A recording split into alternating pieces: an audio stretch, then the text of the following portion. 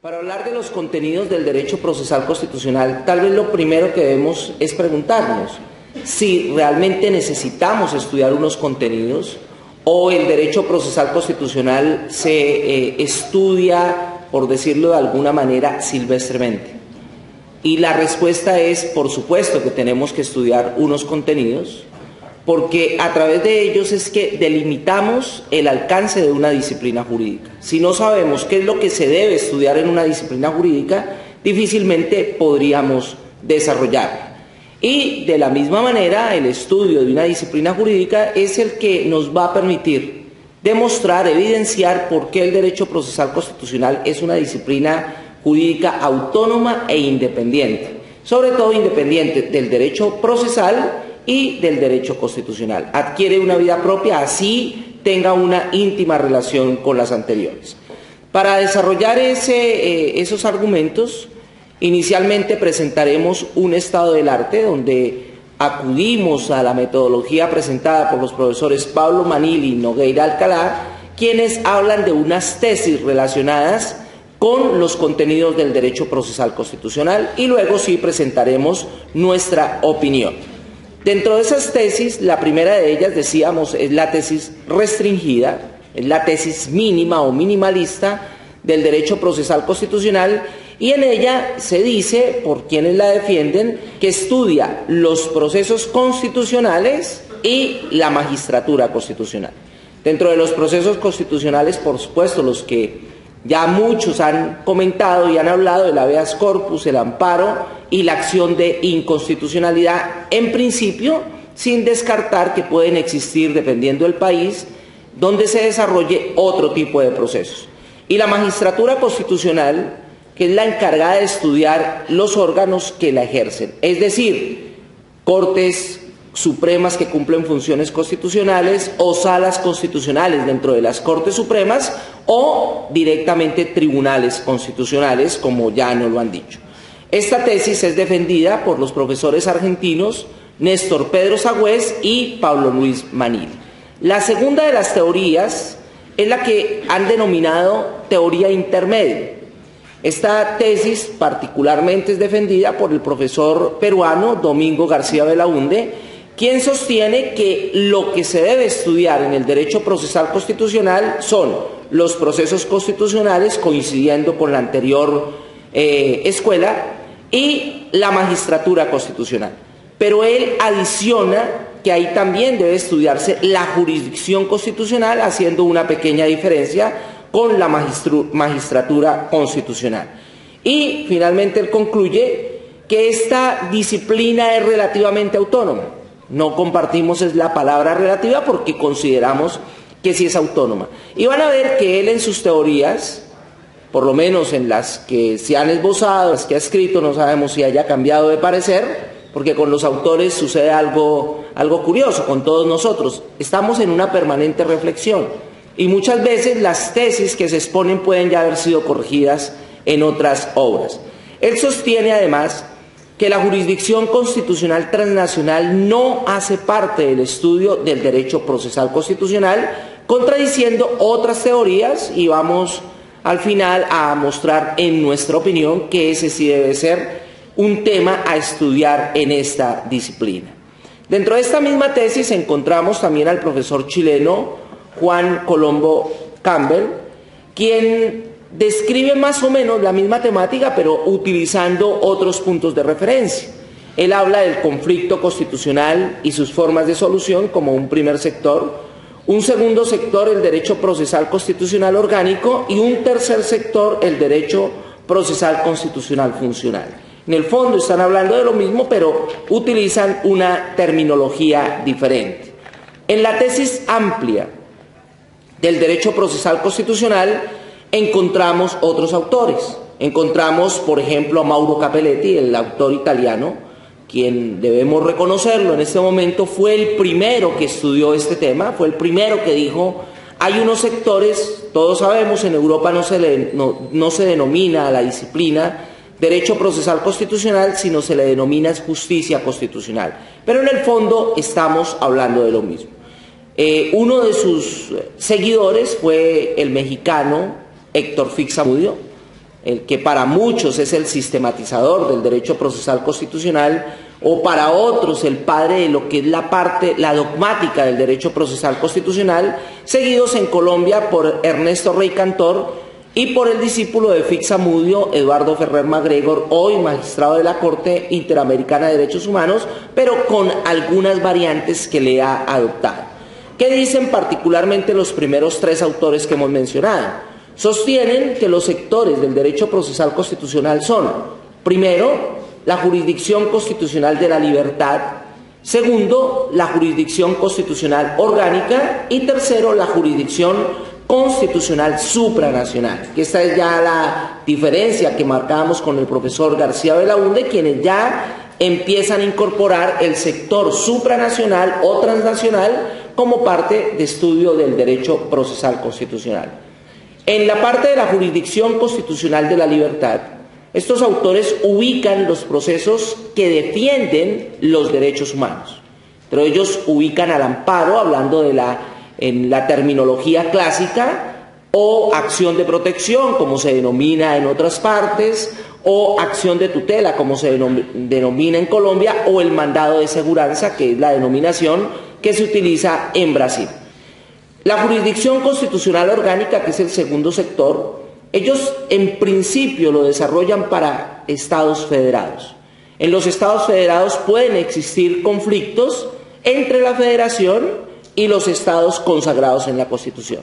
Entonces dicen, lo primero que hay que estudiar ahí son los conflictos que surjan entre los entes consagrados directamente en la Constitución.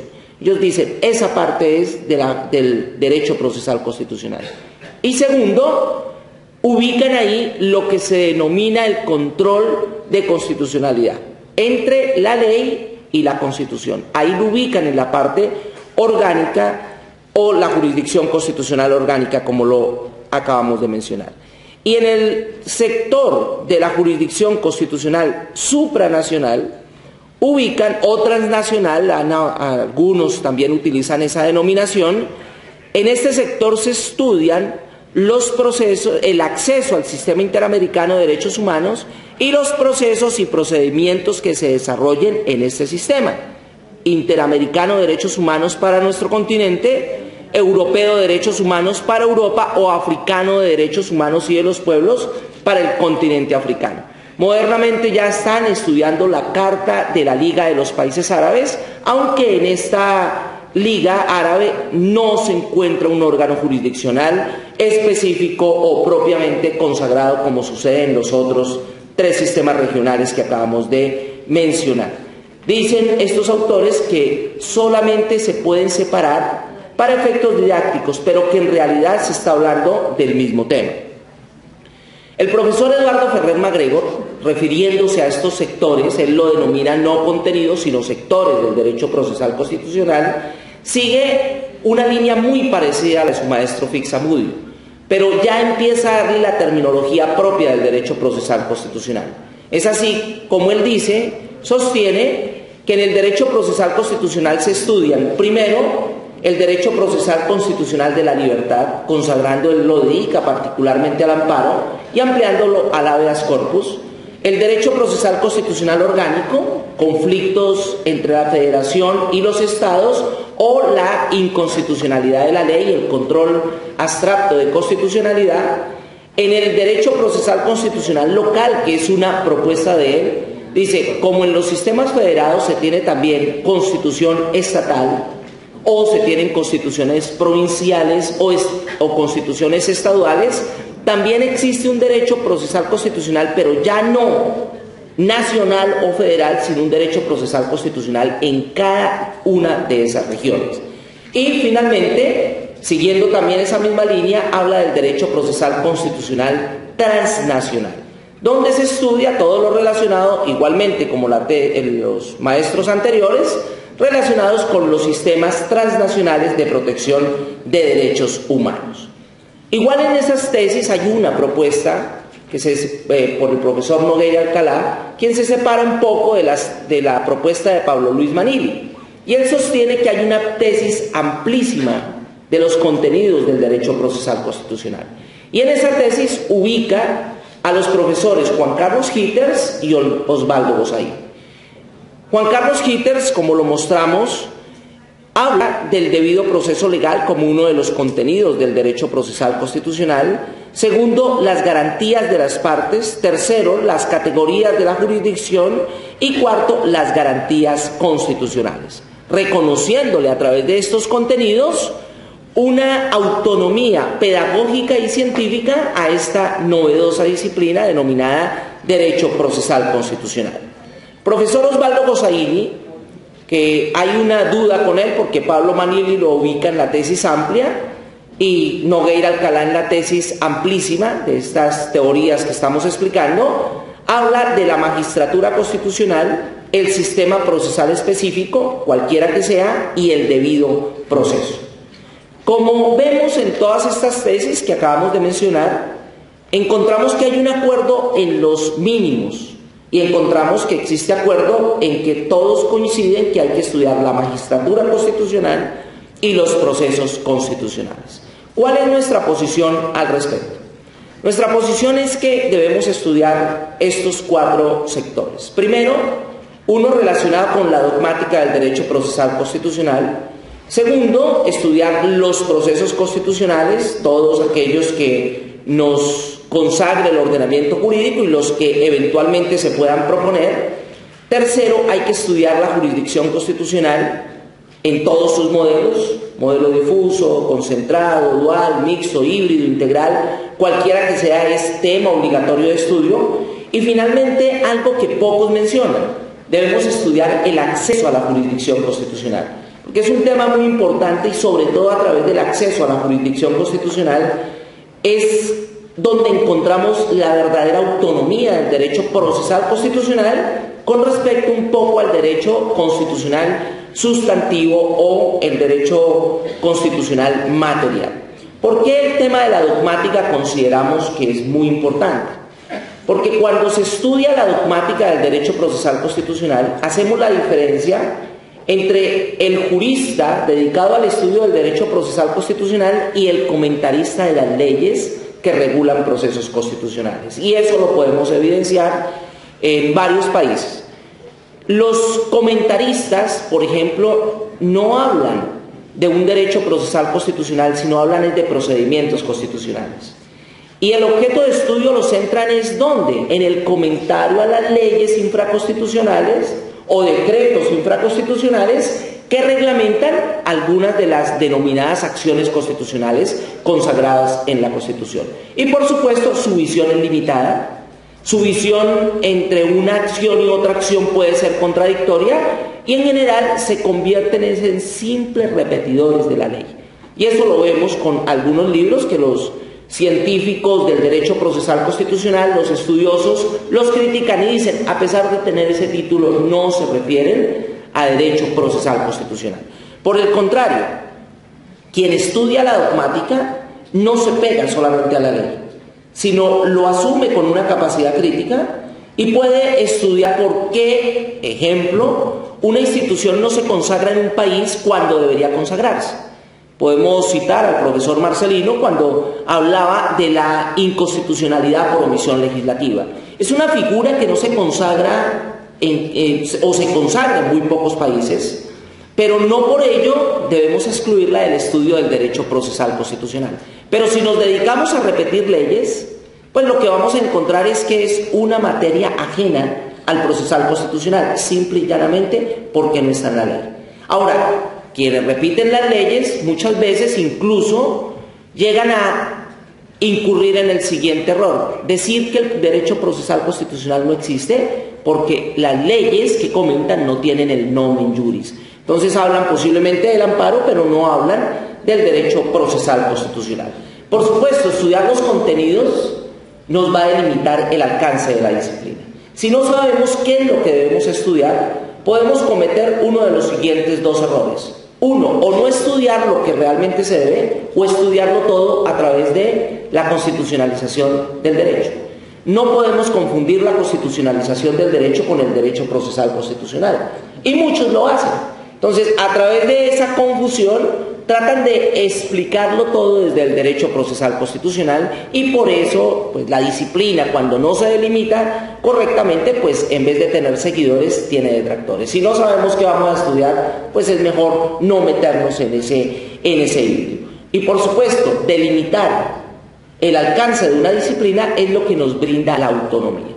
En esa medida se justifica, por ejemplo, que se estudie la historia de cómo surgen los modelos constitucionales. Se justifica, por ejemplo, estudiar algunas instituciones que se consagran en un país y en otros no.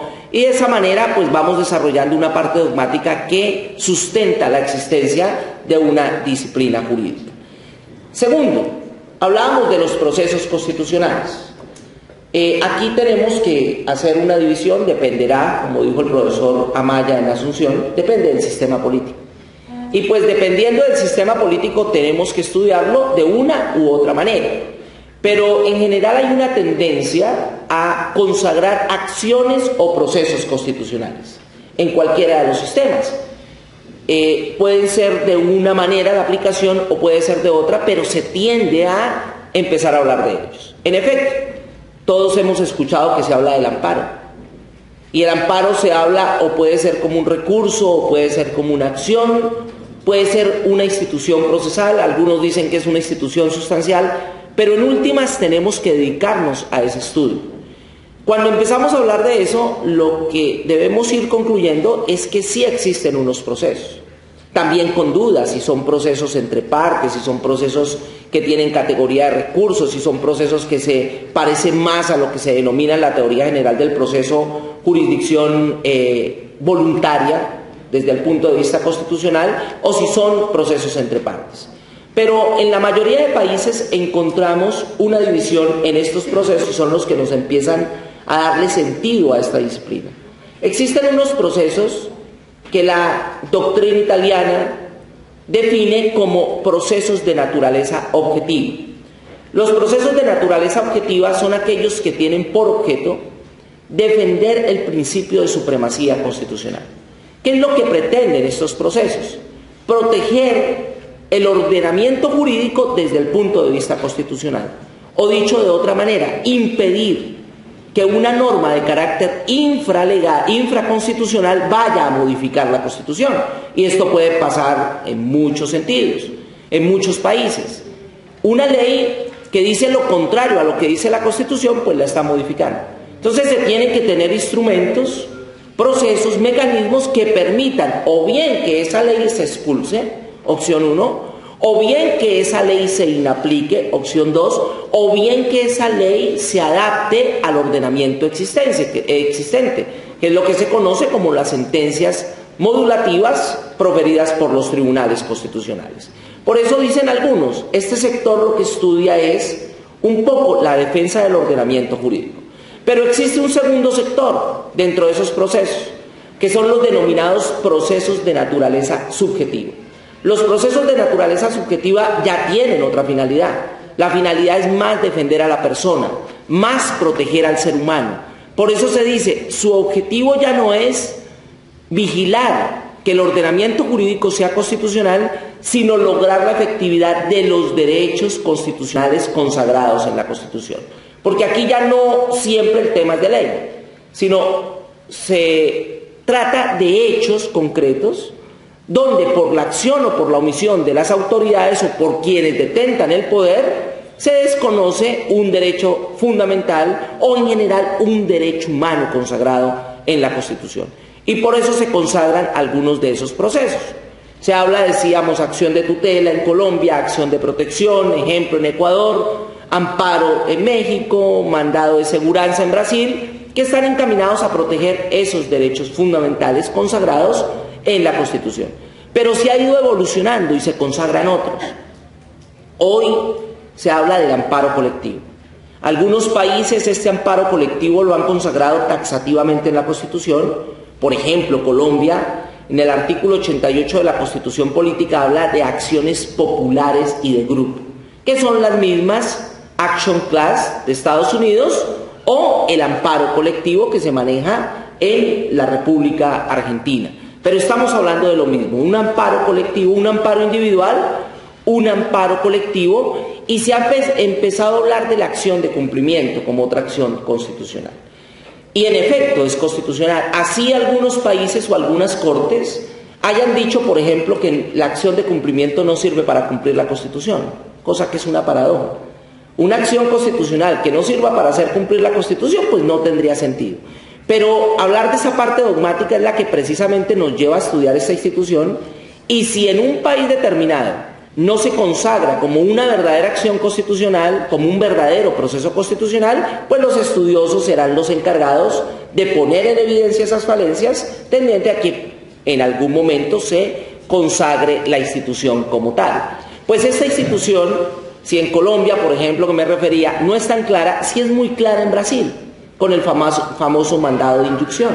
Tiene otra denominación, pero ahí sí se ve que es para cumplir específicamente la Constitución o el mandamus en los Estados Unidos que figura ahí. Entonces, la conclusión es que ubicamos procesos de naturaleza objetiva y ubicamos procesos de naturaleza subjetiva. Y aparecen temas intermedios, como los incidentes de control de constitucionalidad, o la vía incidental de control de constitucionalidad, o la excepción de inconstitucionalidad, o por ejemplo, la declaratoria de oficio de inconstitucionalidad, que no corresponden específicamente a instrumentos, procesos, pero que indudablemente ahí los tenemos que estudiar. Y aquí viene el tema del sistema interamericano. ¿Será que el sistema interamericano, lo que estudia los procesos, debemos estudiarlos en el procesal constitucional? La verdad sí. Y sobre todo en países donde se han consagrado instituciones como el bloque de constitucionalidad. Pues cuando hablamos del bloque de constitucionalidad, automáticamente estamos diciendo que esos instrumentos no son del derecho internacional, sino son esos instrumentos del derecho constitucional interno. Claro, ¿cuál es el fenómeno que sufre la Constitución? La Constitución se amplía, se ensancha, o como dice el profesor Néstor Pedro Sagüez, la Constitución se convencionaliza. Y desde ese punto de vista, pues también es constitucional lo que dice la Convención Americana de Derechos Humanos, y por supuesto tendríamos que estudiar cuál es el procedimiento que se desarrolla, que se surte ante la Comisión Interamericana de Derechos Humanos, y cuál es el procedimiento que se surte ante la Corte Interamericana de Derechos Humanos. Y particularmente estudiando una institución que aparece recientemente. Tal vez podemos identificar el caso Almonacid Arellano contra Chile, donde aparece la Corte a hablar de una suerte de control de convencionalidad. Y ya tenemos varios autores que han escrito sobre el tema, el profesor Pablo Villalba, el profesor Manuel Fernando Quinche, el profesor Juan Carlos Hitters, para citar solamente algunos, la profesora Elina Loyano, quienes ya estudian específicamente este tema del control de convencionalidad. Un control de convencionalidad que empezó a ejercer la Corte Interamericana en una especie de control concentrado, pero que se ha ido ampliando, y se ha ido ampliando en un denominado control difuso de convencionalidad, y que hoy tienen que realizarlo todos los jueces del derecho interno. Pues esto en principio es que cumpliendo la Constitución. Entonces, si es cumpliendo la Constitución y tenemos mecanismos, procesos, que lo que hacen es defender ese bloque de constitucionalidad, pues indudablemente tienen que estudiarse en el derecho procesal constitucional.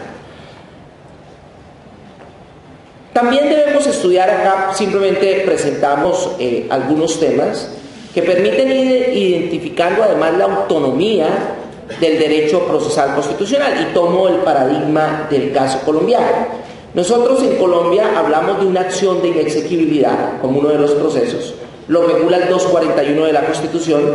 Se habla de otro control, que es un control automático, que es un control preventivo, un control que se desarrolla porque así lo quiso el constituyente de antemano dice en qué casos se debe ejercer un control de...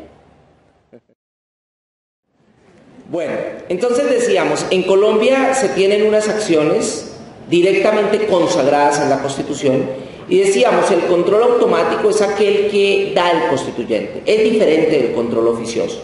Porque el control oficioso lo encontramos, por ejemplo, en la Constitución Austriaca de 1920.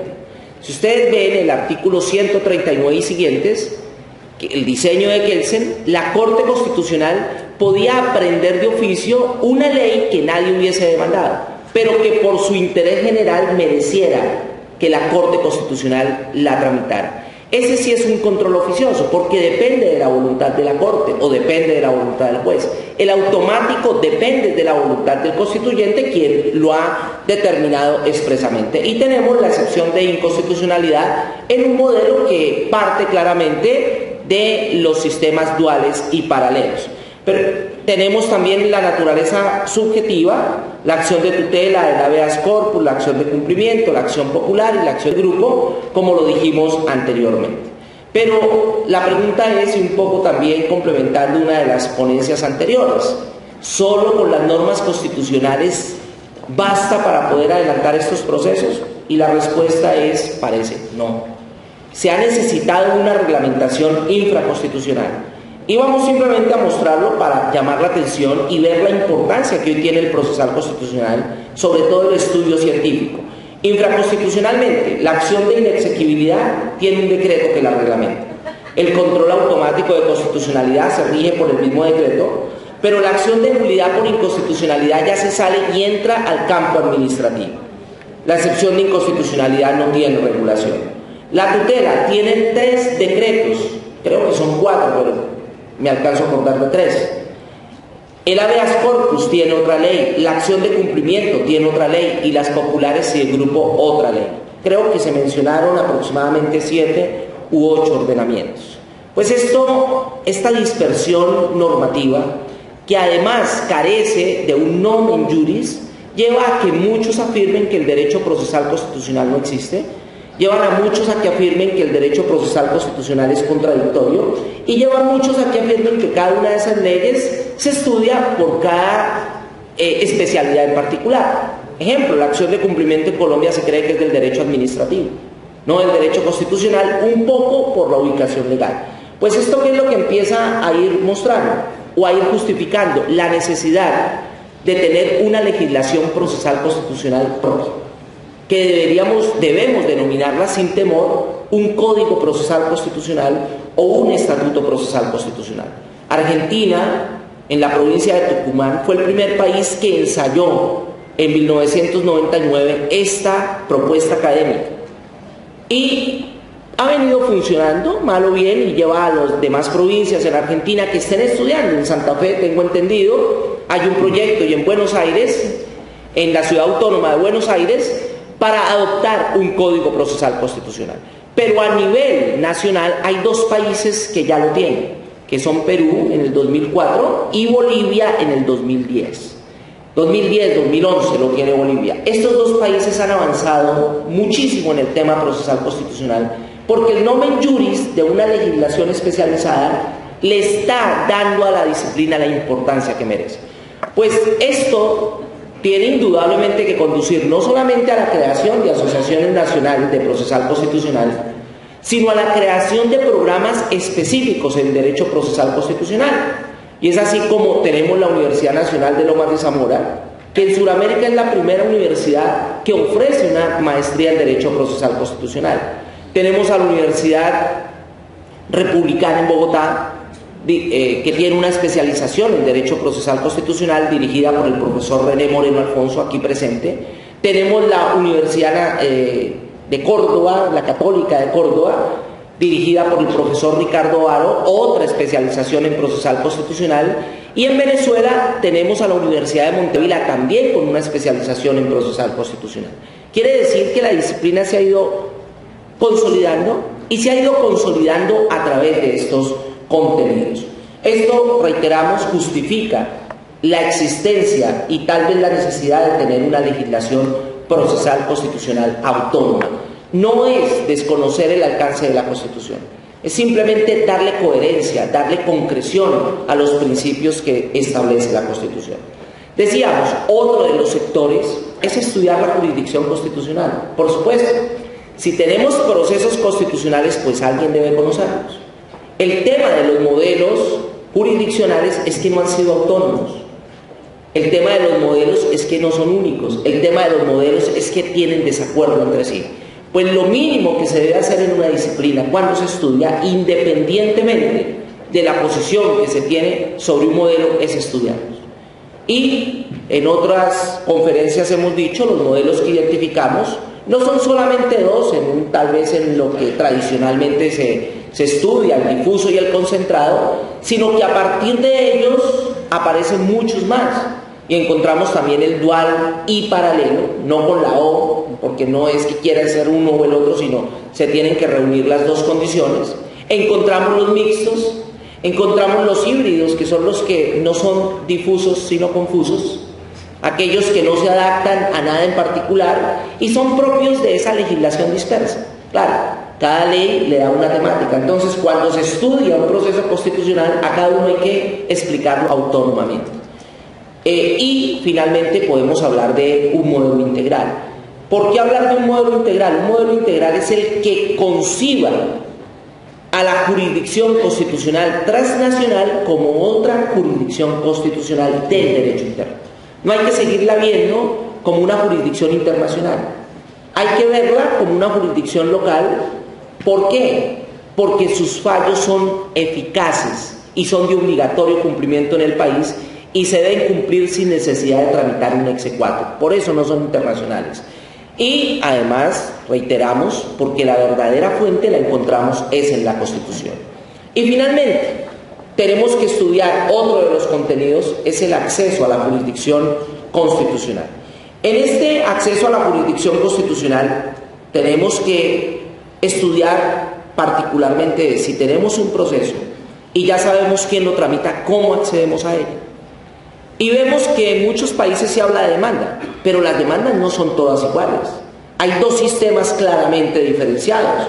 El sistema de legitimación popular, que es un poco de origen latinoamericano, empieza en Colombia y Venezuela, que son los primeros países que consagran la posibilidad de que cualquier ciudadano pueda pedir la declaratoria de inconstitucionalidad de una ley, y estamos hablando por allá de 1850 en adelante, hace mucho tiempo antes que Kelsen, que es el que se lleva todos los honores, pero desde 1850 se venía hablando de esto en Colombia y en Venezuela. Y es una tendencia que vienen siguiendo la mayoría de países suramericanos. Pero hay otra manera de acceder a la jurisdicción constitucional que es restringida, y es la tendencia europea. Claro, para los europeos el Parlamento es el poder más importante, y como decimos por acá en Sudamérica, cualquier hijo de vecino no puede tener la posibilidad de discutir la eficacia de una ley. La ley la hace el Parlamento, el poder más importante, como cualquier ciudadano la va a discutir. Pero ¿por qué en América se defiende un poco más? Porque en América la soberanía popular es clara, sistema político, como dice el profesor Alejandro Amaya. Si nuestro sistema político consagra en la Constitución una soberanía popular, pues indudablemente si el pueblo puede hacer la Constitución, pues el pueblo puede abrir la puerta del control de constitucionalidad de la ley, lo que en Europa no pasa, porque el pueblo no hace la Constitución, es una soberanía nacional donde la hacen los representantes del pueblo. Entonces el sistema político es el que le da coherencia al sistema, pero hay que estudiarlo. Y si ustedes ven los libros, pocos se detienen en este aspecto. También decíamos, hay un control automático, un control preventivo que hay que estudiar. Hay que estudiar si de esa demanda que se presenta se deriva un proceso de partes o no son partes, si simplemente se trata de un recurso. Hay países que lo contemplan y hay países que no. Ejemplo, Perú tiene en el Congreso una oficina que es la encargada de defender al Congreso en las demandas de inconstitucionalidad. Claramente empiezan a mostrar un proceso de partes. Y otros países simplemente se tramita, llega a la Corte como un recurso. Sistemas diferentes, pero hay que estudiarlos. Mencionábamos el control oficioso, que es diferente. Y es común, al menos en Colombia, que la mayoría de los autores digan control automático u oficioso de constitucionalidad. Y tal vez se dice que es lo mismo porque es la manera más rápida. Colombia el control oficioso como tal no se ha aplicado, pero ya veíamos que en Austria lo consagró Kelsen y son diferentes. Temas de la asistencia letrada. Entonces se dice, por ejemplo, el amparo, el habeas corpus, la acción de tutela, las puede presentar cualquier ciudadano, pero le ponen una limitante: no se puede interponer por segunda vez. ¿Quién le dio asistencia a ese ciudadano? Entonces, interpone mal la acción por falta de conocimiento jurídico, se equivoca, posiblemente el juez falla y no la puede interponer por segunda vez. y encuentra uno en algunas constituciones argentinas locales, ejemplo, tal vez la constitución local de Neuquén, que contempla como una garantía para acceder a estas garantías constitucionales, valga la redundancia, tener una asistencia letrada. Son temas que no se han examinado y que consideramos deben abordarse. ¿Cuál es la conclusión? Que si identificamos claramente los sectores que se deben estudiar, podemos llegar a construir un verdadero sílabus del derecho procesal constitucional. Muchas gracias.